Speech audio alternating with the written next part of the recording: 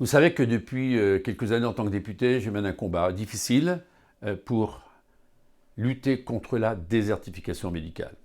En clair, faire en sorte que chaque citoyen français puisse avoir accès aux soins, puisse avoir un médecin traitant, puisse trouver un médecin spécialiste s'il en a le besoin. J'ai déjà déposé 2 propositions de loi.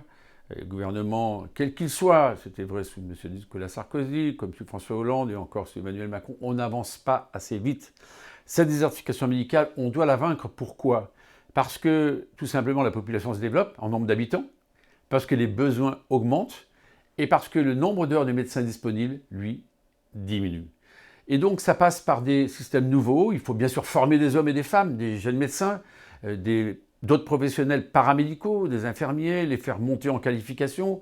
Bref, faire en sorte qu'il y ait une nouvelle profession qui existe entre eux, l'infirmier et le médecin, quelqu'un qui soit capable de prendre en charge un patient et après de l'aiguillonner sur un généraliste ou sur des spécialistes. Ça passe aussi par la télémédecine, ce développement important de la télémédecine, indispensable. Et voyez, au moment où il va y avoir des élections territoriales, régionales, départementales, eh bien, je serai extrêmement attentif à celles et ceux qui proposent justement de faire en sorte que, à quelques minutes de chez vous, au moins, vous puissiez avoir quelqu'un qui vous prend en charge, par exemple avec une télémédecine, ou par exemple, sensible au fait qu'on soit capable, naturellement, de faire en sorte qu'il puisse y avoir des dépistages qui puissent s'organiser dans des véhicules avec une vraie mobilité et équipés, et qui pourront aller dans les villages et qui pourront justement faire en sorte que nul ne soit écarté d'un système de diagnostic. Donc vous voyez que c'est un combat central que je vais continuer à conduire parce que ça remonte de partout.